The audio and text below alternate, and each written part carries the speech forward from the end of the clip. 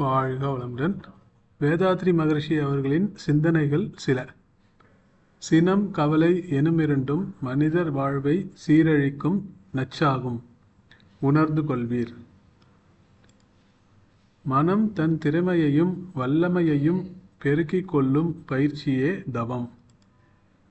அறிவை உணர்ச்சி வெல்வது இயல்பு, அறிவால் உணர்ச்சியை வெல்வது உயர்வு. வாங்கும் கடனும் தேங்கும் பணமும் வளர வளர வாழ்வை கெடுக்கும். உனக்கும் நல்லதாய் ஊருக்கும் நல்லதாய் நினைப்பதும் செய்வதும் நித்திய கடன்.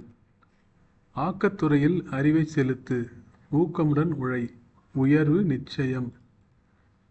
உடையில் ஒழுக்கம், உள்ளத்தில் கருணை, நடையில் கண்ணியம், நல்லோர் பண்பு. உணவில் எளிமை, உழைப்பில் கடுமை, ஒழுக்கத்தில் உயர்வு, உத்தமர் இயல்பு. வெளிச்சத்திலே இருள் நிறைந்து இருப்பது போல அறிவிலே தெய்வம் என்ற நிலை இருக்கிறது. எண்ணம் எழும் இடமோ ஓர் புள்ளியாகும், இயங்கி முடிக்கும் அளவோ அகண்டாகாரம்.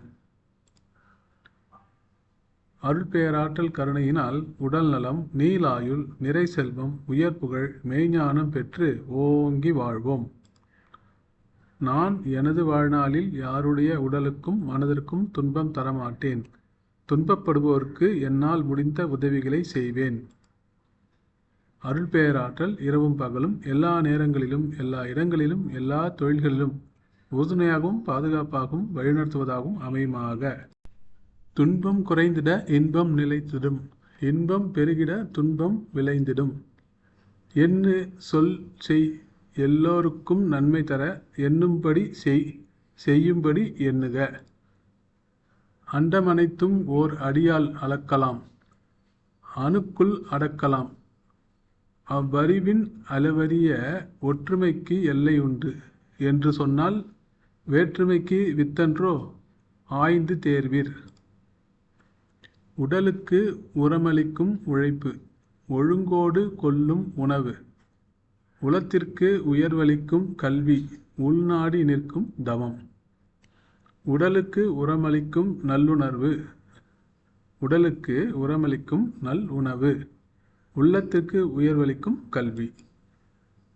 உடல் நலம் அறிவின் உயர்வுமே பெருநிதி. கடமையின் சிறப்பே களங்கமில்லா வாழ்வு. புகழுக்கு விரும்புவையேல் அந்த வேட்பே புகழ் அணுகாமல் துரத்தும் சக்தியாகும். வாழ்க வையகம், வாழ்க வளமுடன்.